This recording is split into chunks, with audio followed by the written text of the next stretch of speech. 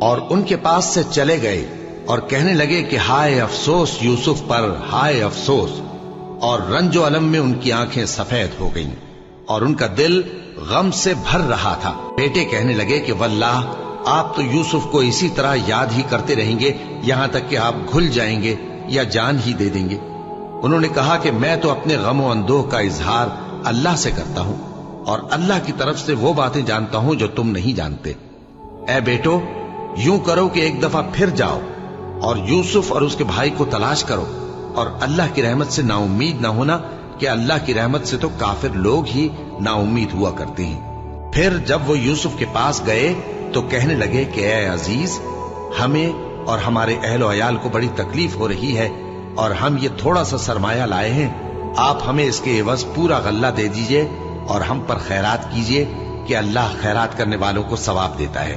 یوسف نے کہا تمہیں معلوم ہے کہ جب تم نادانی میں پھنسے ہوئے تھے تو تم نے یوسف اور اس کے بھائی کے ساتھ کیا کیا تھا؟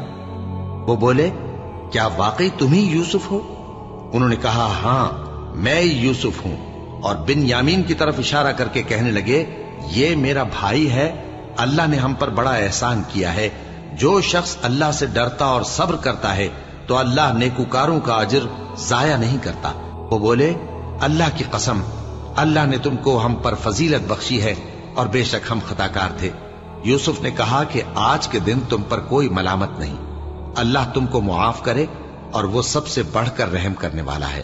یہ میرا کرتا لے جاؤ، پھر اسے والد صاحب کے منہ پر ڈال دینا تو وہ بینا ہو جائیں گے، اور اپنے تمام اہل و عیال کو میرے پاس لے آؤ۔ اور جب قافلہ مصر سے روانہ ہوا تو ان کے والد کہنے لگے کہ اگر مجھ کو یہ نہ کہو کہ بوڑھا بہک گیا ہے تو مجھے تو یوسف کی بو آ رہی ہے۔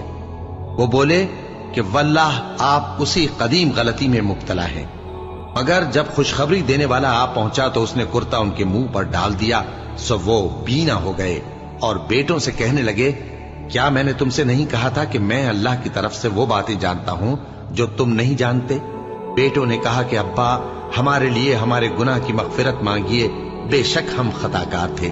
فرمایا میں اپنے پروردگار سے تمہارے لیے بخشش مانگوں گا، بے شک وہ بخشنے والا ہے، مہربان ہے۔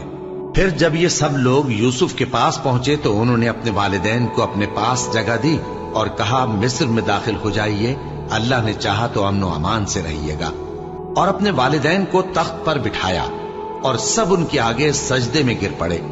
اور اس وقت یوسف نے کہا ابا جان یہ میرے اس خواب کی تعبیر ہے جو میں نے پہلے بچپن میں دیکھا تھا، میرے پروردگار نے اسے سچ کر دیا اور اس نے مجھ پر بہت سے احسان کیے ہیں کہ مجھ کو قید خانے سے نکالا، اور اس کے بعد کہ شیطان نے مجھ میں اور میرے بھائیوں میں فساد ڈال دیا تھا آپ کو گاؤں سے یہاں لایا۔ بے شک میرا پروردگار جو چاہتا ہے تدبیر سے کرتا ہے، وہ علم والا ہے، حکمت والا ہے۔ جب یہ سب باتیں ہو لیں تو یوسف نے اللہ سے دعا کی کہ اے میرے پروردگار تو نے مجھ کو حکومت سے نوازا اور خوابوں کی تعبیر کا علم بخشا۔ اے آسمانوں اور زمین کے پیدا کرنے والے، تو ہی دنیا اور آخرت میں میرا کارساز ہے، تو مجھے دنیا سے اپنی اطاعت کی حالت میں اٹھائیو اور آخرت میں اپنے نیک بندوں میں داخل کیجو۔